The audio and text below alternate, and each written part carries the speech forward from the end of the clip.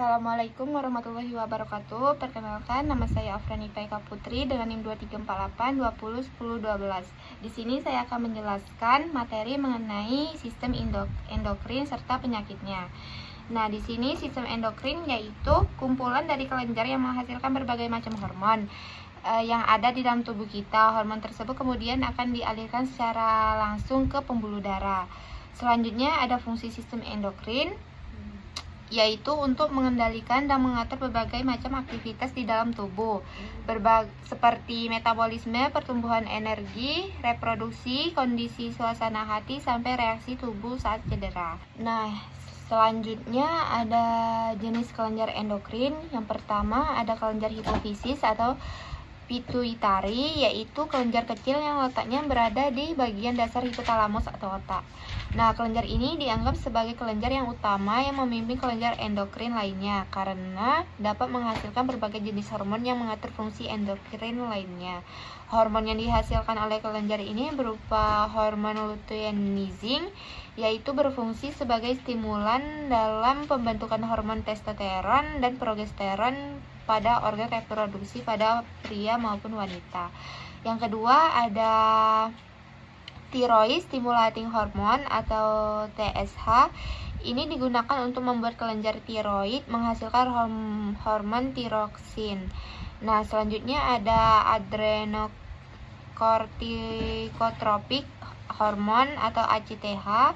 Hormon ini berfungsi untuk merangsang korteks adrenal supaya bisa memproduksi kortikosteroid.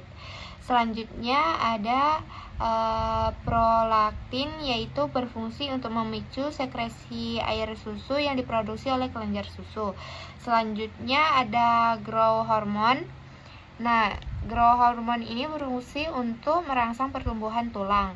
Selanjutnya ada melanocyte stimulating hormone atau disebut juga dengan MSH, yaitu berfungsi untuk mengatur pigmen yang berpengaruhi warna kulit. Selanjutnya ada oksitosin, berfungsi untuk membantu merangsang otot pada uterus. Selanjutnya ada antidiuretik hormon atau ADH, berfungsi untuk menjaga kadar air dalam tubuh. Nah, selanjutnya ada kelenjar tiroid atau gondok. Kelenjar ini bertugas untuk mengatur metabolisme tubuh dan juga mengatur jaringan tulang, suhu tubuh, dan perkembangan otak.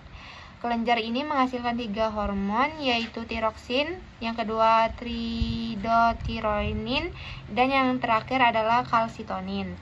Selanjutnya ada kelenjar paratiroid atau kelenjar gondok. Berbeda dengan 2 kelenjar sebelumnya, kelenjar gondok hanya menghasilkan 1 hormon saja, yaitu parathormon. Parathormon ini memiliki fungsi untuk mengendalikan kalsium di dalam darah. Selanjutnya ada kelenjar adrenal atau suprarenalis, yaitu kelenjar yang menghasilkan beberapa hormon yang berbagai macam fungsi. Yang pertama ada korteks mineral, berfungsi untuk menyerap natrium di dalam darah dan juga mengatur penyerapan air pada ginjal. Yang kedua ada glukokortikoid, berperan dalam pengubahan protein menjadi glikogen di dalam hati dan mengubah glikogen menjadi glukosa. Dan yang terakhir ada androgen, yaitu berfungsi untuk menghasilkan sifat kelamin sekunder pada pria. Selanjutnya ada adrenalin, yaitu hormon adrenalin ini mengubah glikogen yang terdapat di dalam otot menjadi glukosa di dalam darah. Selain itu, hormon ini berfungsi untuk menguatkan kinerja saraf simpatik yang mempengaruhi kinerja jantung. Selanjutnya ada noradrenalin, yaitu berfungsi untuk mengatur respon tubuh terhadap stres dengan cara bekerja sama dengan hormon kortisol. Selanjutnya ada kelenjar pankreas, yaitu kelenjar sel kecil yang mengandung banyak sekali pembuluh darah. Kelenjar ini menghasilkan 2 hormon, yaitu insulin yang berfungsi untuk mengubah gula darah menjadi gula otot di hati supaya kadar gula darah dapat menurun. Selanjutnya ada glukogen, berperan untuk mengubah glikogen menjadi glukosa supaya gula darah dalam tubuh meningkat. Nah, selanjutnya ada kelenjar gonad atau disebut juga dengan kelamin.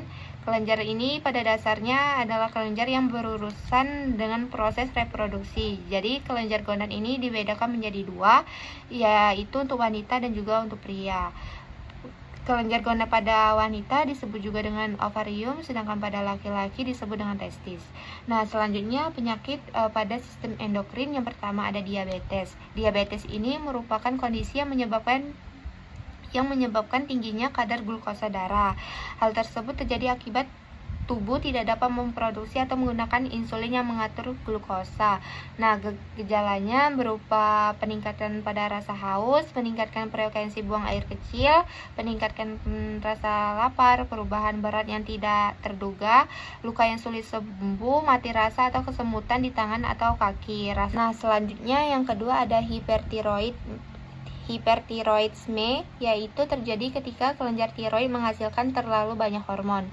Hormon yang diproduksi berfungsi untuk mengatur penggunaan energi di seluruh tubuh.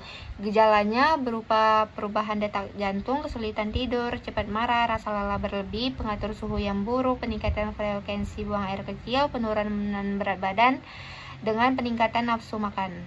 Selanjutnya ada penyakit hipotiroidisme, yaitu terjadi ketika kelenjar tiroid tidak menghasilkan cukup hormon, sehingga fungsi organ dalam tubuh menjadi lambat.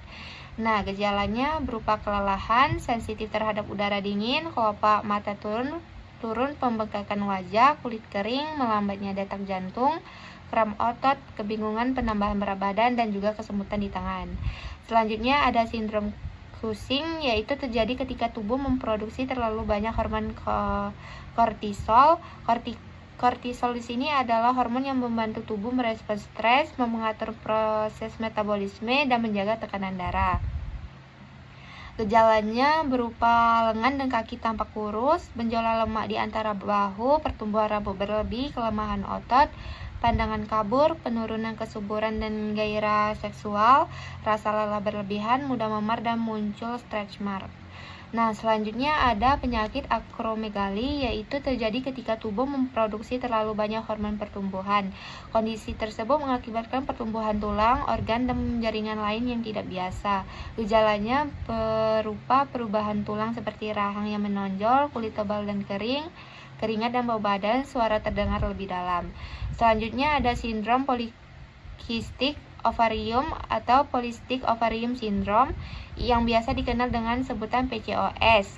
Adalah gangguan hormon yang terjadi pada wanita di usia subur. Tanda awal wanita yang mengalami sindrom ini yaitu gangguan siklus menstruasi dan memiliki kadar hormon androgen yang berlebih. Gejalanya berupa gangguan siklus menstruasi, warna kulit menggelap, yang menggelapnya terjadi di bagian lipatan, muncul jerawat yang parah dan banyak, pertumbuhan rambut berlebih, dan perubahan mood. Nah, selanjutnya ada diagnosis untuk gangguan sistem endokrin. Yang pertama ada tes urin. Yang kedua ada MRI, yaitu teknik pencitraan medis yang dilakukan dengan menggunakan medan magnet dan gelombang radio untuk menampilkan gambar detail organ dan jaringan dalam tubuh. Selanjutnya ada tes genetik, yaitu pemeriksaan yang mengidentifikasi perubahan gen, kromosom, protein. Selanjutnya ada tes hormon, yaitu pemeriksaan yang dilakukan untuk mendeteksi dan mengevaluasi ketidakseimbangan hormon dalam tubuh. Dan yang terakhir ada tes darah, yaitu pemeriksaan yang digunakan untuk mengukur atau memeriksa sel, bahan kimia, protein, atau zat lain dalam darah. Sekian presentasi dari saya akhiri. Wabillahi taufiq wal hidayah. Wassalamualaikum warahmatullahi wabarakatuh.